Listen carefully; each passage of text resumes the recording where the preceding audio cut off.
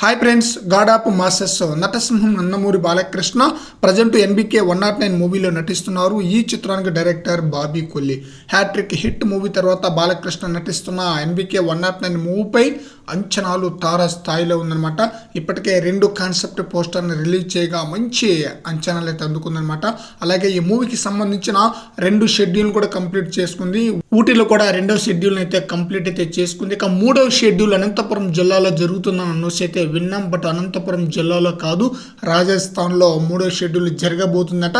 అక్కడ ఎక్కడ షూట్ చేయాలనేది బాబీ కొల్లి ప్రజెంట్ రాజస్థాన్లో ఉన్నారంట. బాలకృష్ణ కూడా 2-3 రోజుల్లో రాజస్థాన్కి వెళ్ళబోతున్నారట షూటింగ్ కోసం.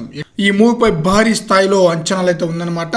బాలకృష్ణ 2 లేదా 3 పాత్రలో నటిస్తున్నారు. ఈ మూవీలో పొలిటికల్ ఎపిసోడ్ అయితే సినిమాకే హైలైట్ కాబోతుందట. అలాగే ఈ చిత్రంలో 3 హీరోయిన్లు నటిస్తున్నారన్న న్యూస్ కూడా వినిపిస్తుంది. వారిలో ఒకరు చాందిని చౌదరి. మరి చూడాలి, ఎన్నో అంచనాలతో ఈ చిత్రం వచ్చే మార్చి 2024 మార్చి ఎండింగ్కి ఈ మూవీ రిలీజ్ కాబోతుందన్న న్యూస్ అయితే వినిపిస్తుంది.